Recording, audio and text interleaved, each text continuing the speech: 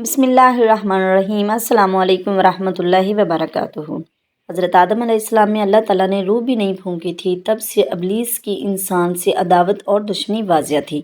پھر اللہ تعالیٰ نے حضرت آدم علیہ السلام میں روح پھونک کر فرشتوں اور جنوں سے انسان کو سجدہ کرنے کا حکم دیا۔ ابلیس کے علاوہ سب نے حضرت آدم علیہ السلام کو سجدہ کیا۔ اللہ تعالیٰ نے ابلیس سے پوچھا کہ تجھے کس چیز نے سجدے سے روک دیا؟ تو اس نے جواب دیا کہ تو نے مجھے آگ سے پیدا کیا اور اسے مٹی سے، گویا میں اس سے بہتر ہوں۔ اللہ تعالیٰ نے اس کی سرکشی پر اسے سزا دیتے ہوئے فرمایا، جنت سے اتر جا، تجھے کوئی حق حاصل نہیں جنت میں رہ کر تو تکبر کرے۔ ابلیس نے جواب میں کہا کہ مجھے قیامت تک مہلت دی دیجیے، یعنی کہ اتنی لمبی عمر دی دیجیے کہ قیامت تک مجھے موت نہ آئے، جبکہ تمام انسانوں کو دوبارہ زندہ کیا جائے گا۔ اللہ تعالیٰ نے فرمایا کہ تجھے ایک وقت مقرر تک مہلت دی گئی۔ پھر ابلیس نے کہا کہ میں قسم کھاتا ہوں کہ میں انسانوں کی گمراہی کے لیے تیرے سیدھے راستے پہ بیٹھ جاؤں گا، پھر میں ان کے آگے سے، پیچھے سے، دائیں سے، بائیں سے ان کے پاس آؤں گا اور تو انہیں شکر گزار نہیں کر پائے گا، سوائے ان کے جو تیرے مخلص بندے ہوں گے، وہ میرے بہکاوے میں نہیں آئیں گے۔ اللہ نے اسے ذلیل و خوار کر کے وہاں سے نکال دیا اور فرمایا کہ ان میں سے جو شخص بھی تیرا حکم مانے گا، میں اسے تمام لوگوں سے جہنم کو بھر دوں گا اور میرے بندوں پر تیرا کوئی غلبہ نہیں ہوگا۔ اس طرح یہ واضح ہوا کہ سب سے پہلا گناہ تکبر تھا، اس لیے علماء کرام کے مطابق تمام گناہوں کی جڑ تکبر ہے۔ اللہ تعالیٰ نے حضرت آدم علیہ السلام کو جاہل نہیں بلکہ علم والا پیدا کیا تھا۔ جب اللہ تعالیٰ نے حضرت آدم علیہ السلام میں مکمل روح ڈال دی تو وہ اپنے پیروں پر کھڑے ہو گئے، تو اللہ تعالیٰ نے حکم دیا کہ جاؤ فرشتوں کی جماعت کو السلام علیکم کہو۔ حضرت آدم علیہ السلام کے سلام کے جواب میں انہوں نے وعلیکم السلام ورحمۃ اللہ وبرکاتہ کہا۔ اللہ تعالیٰ نے فرمایا کہ یہ تیرا اور تیری اولاد کا آپس میں ایک دوسرے کو تحفہ اور ہدیہ ہے۔ اللہ تعالیٰ نے حضرت آدم علیہ السلام کو ابتدا میں ہی تمام نام سکھائے۔ وہ اللہ تعالیٰ کے حکم سے آسمان اور زمین کی ہر چیز کا نام اور ان کا استعمال جانتے تھے۔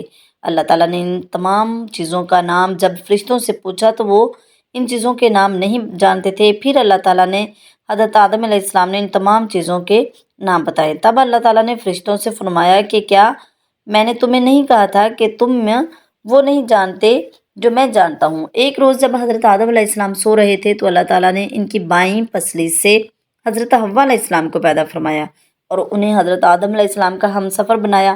جب حضرت آدم علیہ السلام بیدار ہوئے تو انہوں نے دیکھا حوا علیہ السلام ان کے پاس بیٹھی ہوئی تھی، تو انہوں نے پوچھا کہ تم کون ہو؟ انہوں نے جواب دیا کہ میں عورت ہوں۔ حضرت حوا علیہ السلام قیامت تک آنے والی تمام عورتوں میں سب سے زیادہ خوبصورت تھی اور حضرت آدم علیہ السلام اور حضرت حوا علیہ السلام دونوں جنت میں رہتے تھے۔ انہیں نور کا لباس پہنایا گیا۔ جب ابلیس نے انہیں گمراہ کرنا شروع کیا اور اللہ تعالیٰ نے جس درخت کے پاس جانے سے انہیں منع کیا تھا، شیطان نے انہیں وہی کھانے پر مجبور کر دیا اور اس پر جھوٹی قسم بھی کھائی۔ انہوں نے اس درخت سے کھا لیا اور اللہ کی نافرمانی کی مرتکب ہو گئے۔ اللہ تعالیٰ نے ان سے نور کا وہ لباس لے لیا اور برہنہ ہو گئے اور اس طرح درخت کے پتوں سے اپنے آپ کو ڈھانپنے لگے، لیکن اس گناہ کے بعد غرور تکبر کی جگہ وہ اللہ تعالیٰ سے معافی مانگنے لگے اور اس کی مغفرت کے طلبگار ہوئے۔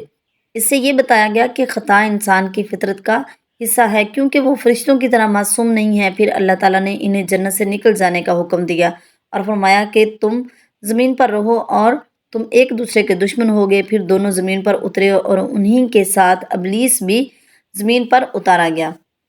حضرت آدم اور حضرت حوا علیہ السلام نے اپنے رب سے معافی کے کلمات سیکھے۔ ایک روایت کے مطابق حضرت آدم علیہ السلام کو ہند میں جبکہ حضرت حوا علیہ السلام کو جدہ میں اتارا گیا۔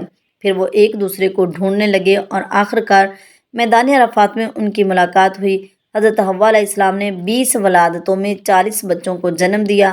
ہر اولاد میں ایک لڑکا اور ایک لڑکی پیدا ہوتی تھی۔ سب سے پہلا جوڑا قابیل اور ان کی بہن کامین کا تھا اور اس طرح زمین پر نسل انسانی کی افزائش شروع ہو گئی۔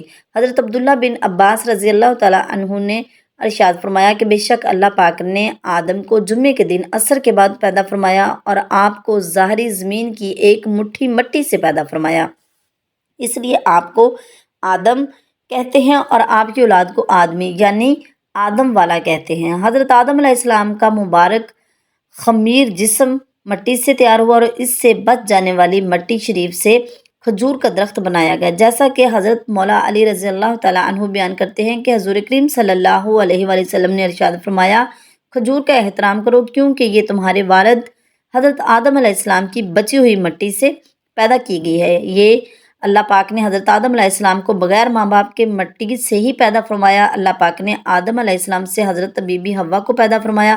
حضرت آدم علیہ السلام نے ان کی طرف دست محبت بڑھانے کا ارادہ کیا تو فرشتوں نے عرض کی، اے آدم ٹھہر جا، پہلے ان کا مہر ادا کرے۔ آپ علیہ السلام نے فرمایا کہ مہر کیا ہے؟ فرشتوں نے عرض کی کہ ان کا مہر یہ ہے کہ آپ ہمارے پیارے نبی صلی اللہ علیہ وسلم پر 3 یا 10 مرتبہ درود پر پڑھے۔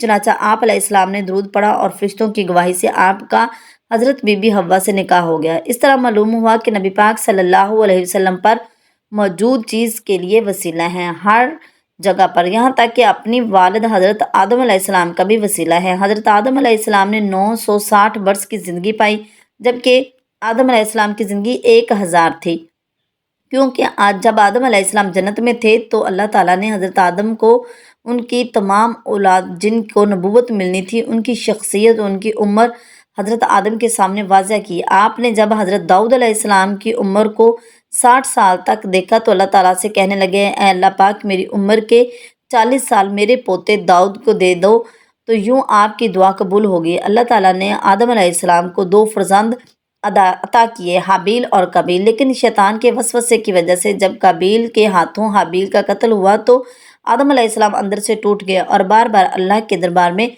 دعا مانگتے۔ ایک دن حضرت جبریل علیہ السلام حضرت آدم علیہ السلام کے پاس آئے اور فرمایا، آدم، اللہ تمہیں ایسا بیٹا دینے والا ہے جس کے نسب سے انبیاء اور اولیاء زمین تک پہنچیں گے، اس کا نام شیش رکھنا۔ شیش کا مطلب ہے اللہ تعالیٰ کا عطا کیا گیا تحفہ، اور یوں اللہ تعالیٰ نے آدم کی نسل کو زمین پر بھیجا۔ جب حضرت آدم علیہ السلام کا آخری وقت آیا تو آپ نے اپنے بیٹوں سے کہا کہ میرا دل کرتا ہے کہ میں جنت کا پھل کھاؤں۔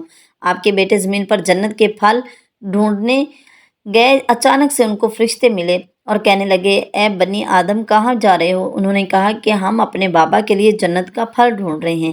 ان فرشتوں نے کہا کہ جاؤ، تمہارا بابا چند دنوں کا مہمان ہے۔ تمام فرزند دوڑتے ہوئے آپ کے پاس پہنچے۔ آپ بستر پر بیمار پڑے ہوئے تھے، اللہ تعالیٰ کا ذکر کر رہے تھے۔ پھر اتنے میں موت کا فرشتہ آن پہنچا۔ جیسے ہی حضرت حوا نے موت کا فرشتہ دیکھا تو حضرت آدم علیہ السلام سے لپٹ گئی۔ حضرت آدم علیہ السلام نے فرمایا، اے حوا، مجھ سے دور ہٹ جائے، ایک مرتبہ پہلے بھی آپ کی وجہ سے جنت سے نکالا گیا ہوں، آج پھر ان کے فرشتوں کے درمیان حائل نہ ہو۔ پھر آپ نے فرشتوں سے مخاطب ہو کر کہنے لگے، اے فرشتہ موت، کیا بھول تو نہیں ہو گئی؟ میں نے اللہ سے سنا تھا کہ میری عمر 1000 سال کی ہے، ابھی تو مجھے 960 برس ہوئے ہیں۔ ملک الموت نے کہا کہ اے اللہ کے نبی، آپ نے خود ہی فرمایا تھا کہ آپ کی عمر کے 40 سال آپ کے پوتے حضرت داؤد علیہ السلام کو دے دیے جائیں۔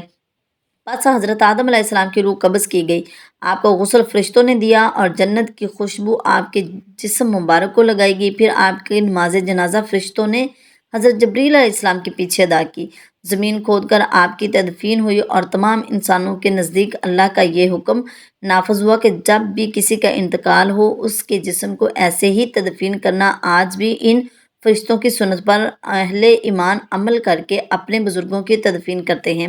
آپ کے قبر مبارک کی جگہ کولے کو بہت سے اختلافات ہیں، کچھ مورخین کے نزدیک آپ کی جائے تدفین سری لنکا، کچھ کے نزدیک جبل ابی قیبس اور کچھ کے نزدیک عراق۔ بعض روایتوں میں یہ بھی ہے کہ حضرت آدم علیہ السلام کی روح قبض کرنے کے بعد فرشتہ پہنچا تو آپ کے بیٹے جس کو آپ نے اپنا جانشین بنایا تھا حضرت شیش علیہ السلام سے کہنے لگے، اے میرے جانشین، میں نے اللہ سے سنا تھا عنقریب اس زمین پر ایک طوفان آئے گا، اور اگر تم اس وقت تک موجود رہو تو میرے جسم کو اس کشتی میں سوار کرنا جو نجات کا وسیلہ ہے۔ اگر تم اس وقت تک زندہ نہ ہو تو اپنی اولاد کو وسیلہ کرنا کہ میرے جسم کو کشتی نوح میں سوار کرے۔ تاریخ میں لکھا ہے کہ جب طوفان نوح آیا تو حضرت نوح علیہ السلام نے اپنی کشتی میں حضرت آدم اور حضرت حوا کے جسم مبارک کو سوار کیا اور بیت المقدس یا عراق میں اس جگہ تدفین کی جہاں انہوں نے اپنی قبر بنائی۔